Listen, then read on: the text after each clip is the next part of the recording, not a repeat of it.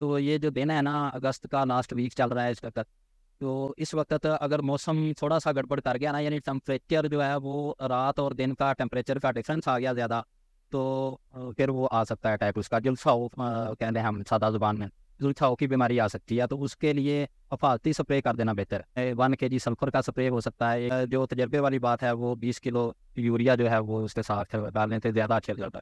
بھائی صاحب، کپاس کی فصل کو جو اب تک خوراک دی جا چکی ہے، کیا وہ کافی ہے یا کہ ان دنوں میں اس کو مزید خوراک بھی دی جانی ضروری ہے؟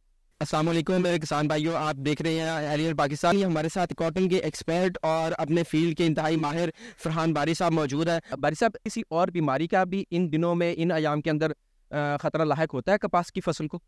جی بالکل، کیڑوں کے علاوہ اس ٹائم جو فصل کا جو کنڈیشن ہے نا جی، اس پہ موسم کے حساب سے فنگس کا اٹیک آ سکتا ہے۔ فنگس ایک کیونکہ جراثیم والی بیماری ہے تو اس کا اتنی جلدی پتہ بھی نہیں چلتا۔ تو یہ جو دن ہے نا اگست کا لاسٹ ویک چل رہا ہے اس وقت، تو اس وقت اگر موسم تھوڑا سا گڑبڑ کر گیا نا، یعنی ٹمپریچر جو ہے وہ رات اور دن کا ٹمپریچر کا ڈفرینس آ گیا زیادہ، تو پھر وہ آ سکتا ہے اٹیک اس کا، جلساؤ کہتے ہیں ہم سادہ زبان میں، جلساؤ کی بیماری آ سکتی ہے۔ تو اس کے لیے حفاظتی سپرے کر دینا بہتر ہے۔ اس کے لیے کون سا سپرے جو ہے وہ بہتر رہے گا؟ اس کے لیے کوئی بھی جو ہے نا پھپھوندی کش زہر اچھے والا، کوئی مارکیٹ میں بہت سارے زہر دستیاب ہیں اچھے، تو کسی بھی فنجیسائڈ دوائی کا جو سپرے کر دینا چاہیے۔ اس میں 2-3 زہر ہیں جن کا میرے تجربے میں جو ان میں سب سے بہتر رزلٹ جو ہے وہ ایزاکسیسٹوبن پلس ڈائفیناکونازول ہے۔ 250 ml فی ایکڑ کے حساب سے اس کا سپرے کیا جا سکتا ہے۔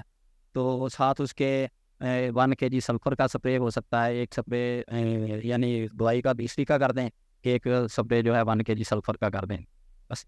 ان کو مکس کر کے بھی کیا جا سکتا ہے؟ نہیں، مکس کرنا زیادہ بہتر نہیں ہے، کیونکہ دو جو فنگس والے زہر ہیں نا جی وہ پہلے ہی اس میں مکس ہیں، تو اس کے ساتھ سلفر مکس کرنا کوئی ٹھیک نہیں۔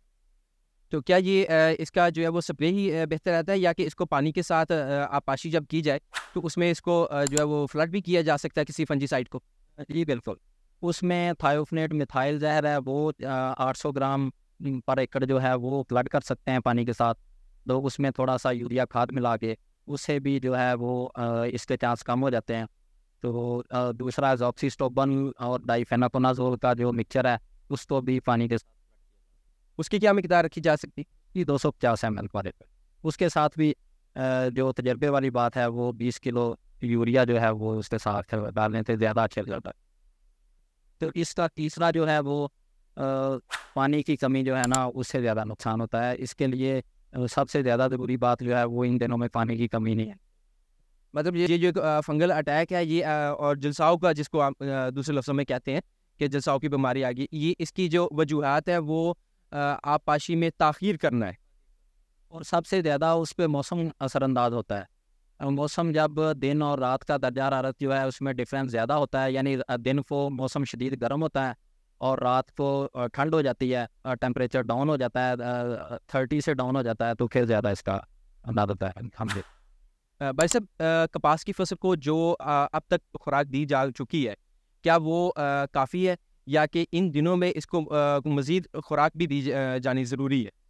جی ابھی جو سٹیج چل رہی ہے اور جو موسم چل رہا ہے نا اس کے مطابق ابھی فصل بہت فریش کھڑی ہے، کیونکہ ہوا بھی چل رہی ہے، حبس نہیں ہے، تو ابھی گروتھ بھی ہو رہی ہے اور فروٹنگ بھی بھرپور ہے۔ آپ دیکھ سکتے ہیں فیلڈ میں ہر طرف پھول ہی پھول نظر آ رہے ہیں، ٹنڈا بن رہے ہیں بہت تیزی کے ساتھ۔ تو اس مرحلے پر چونکہ فصل ہائٹ بھی کافی کر چکی ہے، 5-6 فٹ تک ہائٹ ہو گئی ہے، تو جو نیچے والی خوراک ہے نا اس کو ابھی جو اوپر والا ٹنڈا ہے نا اس کو پوری جو خوراک ہے نا وہ نہیں ملے گی۔ اس لیے بہتر ہے کہ اس کو اس مرحلے پر ایک ڈوز جو ہے وہ نائٹروجن پلس سلفر کی دی جائے، یا ڈائریکٹ امونیم سلفیٹ کا ایک بیگ دے دیا جائے۔ تو اس کے علاوہ جو اوپر سے ہم کر سکتے ہیں وہ 1 kg NPK جو ہے 20-20 والا وہ سپرے کر سکتے ہیں، اس سے بھی خوراک کی کمی پوری ہو جائے۔ جو نائٹروجن اور سلفر کا جو آپ نے کہا کہ وہ اس کو نیچے دے دیا جائے، اس کی کتنی مقدار ہونی چاہیے؟ اس کے وہ ہونا چاہیے کم از کم 2 kg سلفر 80% والا اور 25 kg یوریا۔ جی بہتر۔